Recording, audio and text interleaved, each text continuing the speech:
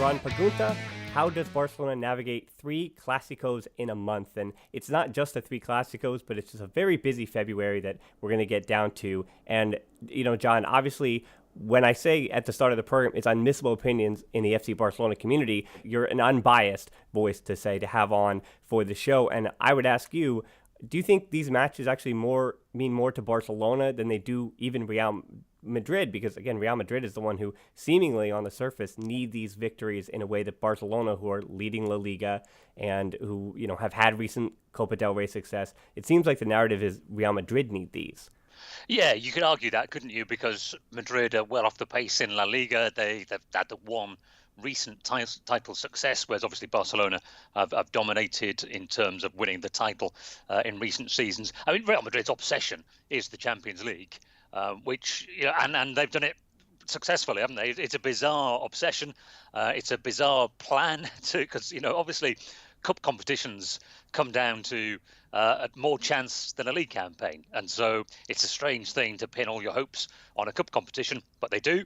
And they've done it pretty well, and they've won the Champions League for the last 3 seasons. So they console themselves in a way, Real Madrid, that that's what they've always wanted, and that's what it's all about, and that's what being Real Madrid is.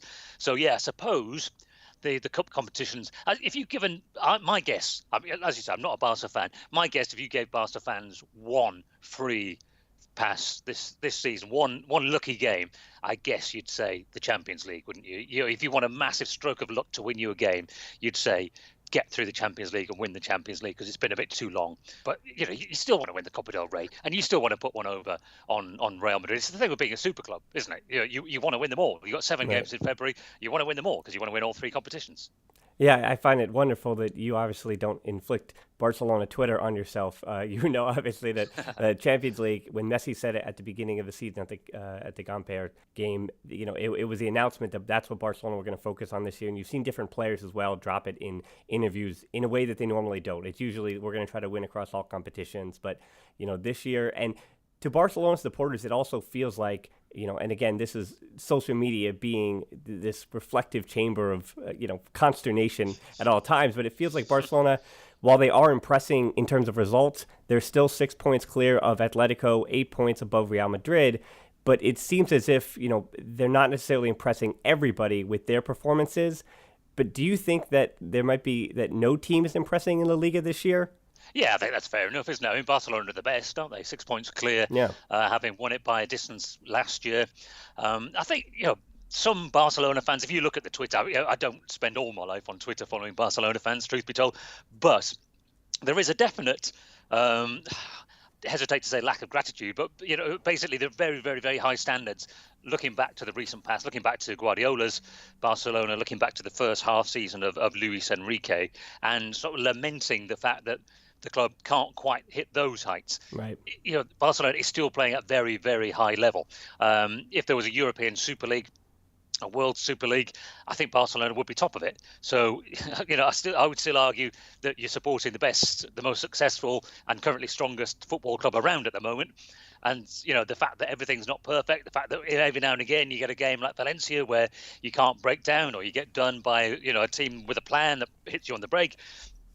That's football, and the failures that come in cup competitions. Again, that's football. It's very rare that a team dominates domestically and then doesn't slip up in the Champions League along the way, because stuff can happen. And as Barcelona fans know to their cost, a little bit of complacency here and there, and bang, you're out of a cup competition. So I still think you're in a strong position. Yeah, I mean, and we do obviously focus on Barcelona, but the last time that Barcelona did play Madrid without Messi, is injury status for the first of these 3 Clásicos still up in the air. But yet, without Messi, they defeated Madrid 5-1. Julian Lopetegui, of course, lost his job. Do you find that Santiago Solari could be on the hot seat with this stretch for Madrid? Because, again, not only is Barcelona's February difficult, Madrid's is arguably harder or even worse.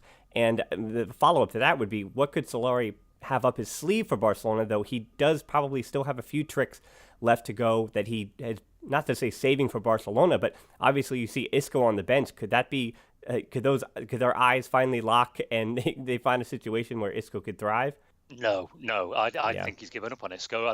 I find it a strange thing because I think Isco's a terrific player. I've got a little bit of sympathy for Solari because finding a place in a team for Isco that isn't built around Isco is hard.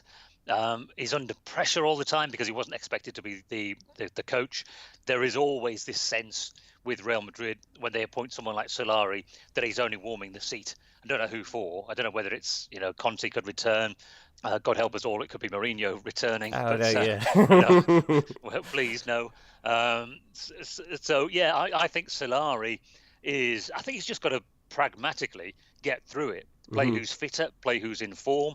Whether that means Gareth Bale or not, I don't know. I think you're right. He's in a situation where he can't let up on any games either. Not just because obviously Real Madrid is a super club and their fans expect to win every game as well, but his personal circumstances. For him to be there next season, I would say he's got to win something. He might, the Copa del Rey might be enough for him. Champions League might be enough for him. Would getting second in the league from where he was, where he took over, I'm not sure. So he's a man under pressure. He can't mess around. He's not a tactical genius, Santi Solari. He's not an experienced coach. He will put out the best team. They'll play like we know they play. There's nothing fancy. There's nothing tactical. There hasn't been about Madrid for a number of years now. It's pretty straightforward what they do, isn't it? They pick their best players, they send them out, and they say, away you go. I think lots of Real Madrid fans would like there to be a tactical plan, would like there to be a journey that they can buy into and follow, but there just isn't. They're just a heavyweight boxer who stands there nose to nose, toe to toe, and they try and knock you over. And of course, because they've got brilliant players, occasionally they manage it. And for Barcelona, picking their best seems to be the easy thing for Ernesto Valverde, and they know obviously when Barcelona at their best this season, it is almost a gala 11, as Barcelona fans have grown to call it. And the question now focuses not only on Messi and Dembele and their, we'll say injury situations, but the question then becomes, how does Valverde manage Jordi Alba's minutes? And that's besides Messi, Piqué, Suarez, Rakitic, Busquets, the normal over 30 suspects. It seems like both teams, both Barcelona and Real Madrid, in a sense, obviously, they're the most talented teams in the world, so they are set up for the difficult Februarys ahead. But in the same respect, it seems like their depth is severely going to be questioned in February now, as opposed to in March and April, when we've seen in most recent seasons for those two.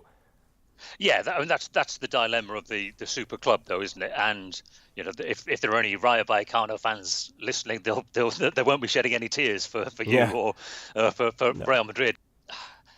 It's hard to say from the outside, isn't it? Because I think you've got to trust your medical staff. I think you've got to look at Jordi Alba's medical reports. I think you've got to be honest with yourself, with Messi and Dembele, and just say, listen, there's 7 games to play in February. You would hope that there's another similar amount to come in March, and then a load more in April before the end of the season. It is going to be. You would hope it's going to be a grueling season. It might not be.